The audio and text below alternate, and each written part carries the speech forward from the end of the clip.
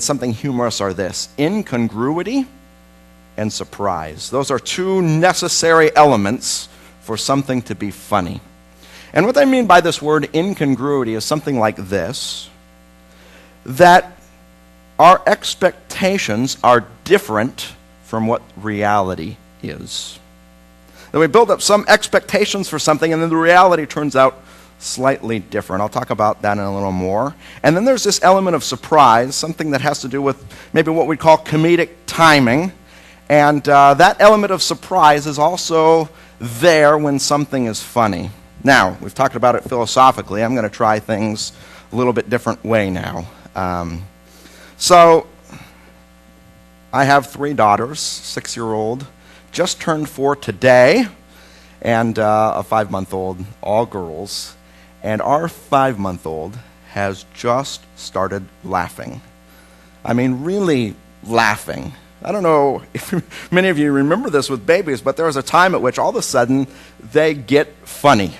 I mean, she can't talk, she doesn't, it's not like I can tell her a joke and she gets it, but there's something. I mean, I think it's just something God gives us, we're born with, gets funny. And in fact, I don't know how many of you have heard a baby laughing. It's just hysterical. And so the other day, in fact, we do this quite a little bit now, my 2 other daughters and I started having a contest, who can make Kate laugh? And we have her there on the floor, and we're making faces at her or trying to get her to laugh. And then Marissa, my oldest daughter, had an idea and brought this very bear out and did something that just made her burst into laughter. And I said, aha, she gets what philosophers are trying to get at here with incongruity and surprise. I talked to Angelo earlier, and he agreed to help out, so here we go. Angelo is going to play the part of Kate, and I'm going to play the part of Marissa, and I'm going to show you what it was that made her laugh. Are you ready for this? Here's Mama Bear. Here's Mama Bear. Here's Mama Bear. Eat you, eat you, eat you, eat you, eat you. You thought it's funny too. I mean, it's great. Here's Mama Bear. Angelo's he's bursting into laughter. Here's Mama Bear. Here's Mama Bear. Eat you, eat you, eat you, eat you, eat you. He says, I get it. You don't have to do it again. Why is that funny? My 5-month-old daughter got that it's funny and started laughing hysterically. And I would say it has something to do like this, that there's a pattern that's set out. A pattern which builds some kind of expectation, and then something breaks that pattern. So here's Mama Bear, here's Mama Bear, here's Mama Bear. That's the pattern. And then all of a sudden, with an element of surprise, a break in the pattern, eat you, eat you, eat you, eat you, eat you. And there's something about that which, if we tried to analyze it too much, we'd probably come to the ends of things, but it's just funny. It's just funny. There's this pattern set out, and then a break in the pattern with some type of surprise. I'll try it another way here. So, this last week, some of you already know this, I was in a car accident. And it won't be funny if I don't tell you that everyone was okay. There was no injuries. But I ended up in the rain rear-ending someone who was stopped at a stoplight. And we happened to be driving to school. My oldest daughter, Marissa, was with me in the car. And, of course, the police came, and then they want to know what happened. And so he pulled us off on the side of the road. And, of course, when you rear-end someone, it's always your fault, and it was my fault. And so he wrote me out a ticket. And when he came to the window to hand me the ticket, he said to me, you have 3 options. You can pay the fine, you can go to court, talk to the judge, and tell him why it's not your fault, or you can go to driving school. And I guess at that point, you don't get points on your license and so on and so forth. Well, anyway, Marissa was in the back seat taking this all in, and a little later that night, we were talking about what had happened. And all of a sudden, she just bursts out into laughter and says to Mama, Daddy has to go to driving school to learn how to drive. She thought it was hilarious. Of course, in this week, I'm thinking like a philosopher now. Why is that funny? Because it's not funny to me. And I came to realize, here's I think what it is. She has a pattern set out that children go to school, adults have already accomplished all that, they've learned what they need. I've been driving for years, why would I have to go to school to learn how to drive? And for her, because it was out of place with a pattern she's seen, it's just funny that her daddy might have to go to driving school to learn how to drive, and she just burst out in laughter about it. I'll try things a couple other ways here. So, humor.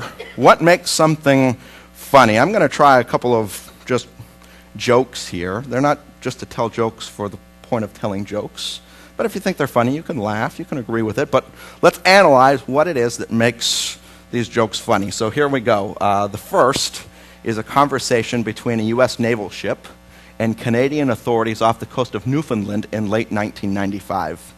So from the Canadians, please divert your course 15 degrees to the south to avoid a collision.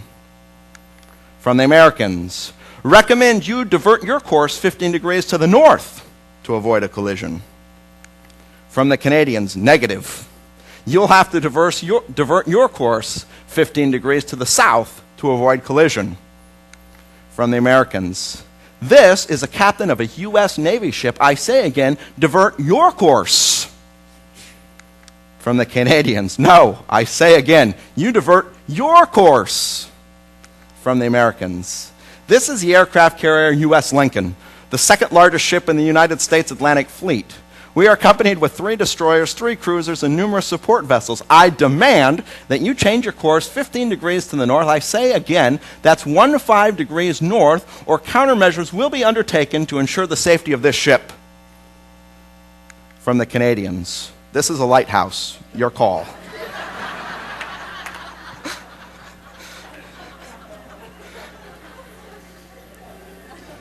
Why is that funny? I may lose control here. Why is that funny? I would say it's funny because there's this pattern that's set up of expectation. There's a setup, and then all of a sudden there's this element of surprise with something different than the rest of the pattern. We might call it the punchline, right? There's this pattern, it's the same, and then boom, punchline, out of place.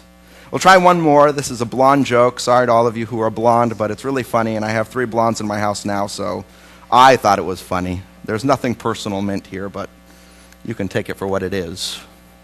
So a blind guy enters a bar and finds his way to a bar stool. After ordering a drink and sitting there for a while, the blind man hollers to the bartender, "Buddy, want to hear a blonde joke?" The bar immediately becomes silent. In a deep, husky voice, the woman next to him says, "Before you tell that joke, you should know something. The bartender is blonde, the bouncer is blonde, and I'm a 6-foot, 200-pound blonde with a black belt in Taekwondo. What's more, the bloke sitting next to me is blonde, and he's a heavyweight boxer. The woman to your right is a blonde, and she's a pro wrestler. Think about it seriously, mister. Do you still want to tell that blonde joke?"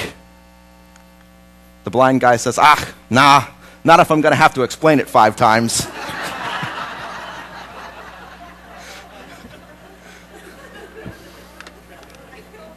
What makes that funny? And it is funny. Sorry, everybody here who's blonde. What makes that funny? There's this pattern of expectation that's laid out, and then suddenly, surprise, the unexpected. And for some reason or another, we as human beings, we find that funny. Now, you've got it. I can tell you've got it. I want to go back to this passage here. Here's Abraham and Sarah. They are old. Year after year after year. No children. No children. No children. No children. No children. No children. No children. There's a pattern. No children. No children. No children. Then all of a sudden, out of anywhere, eat you, eat you, eat you, eat you, eat you. When you see, all of a sudden, it's like that pattern gets broken. And when God makes this promise, which they know, there's like this sense of just, here's the cycle, here's the pattern.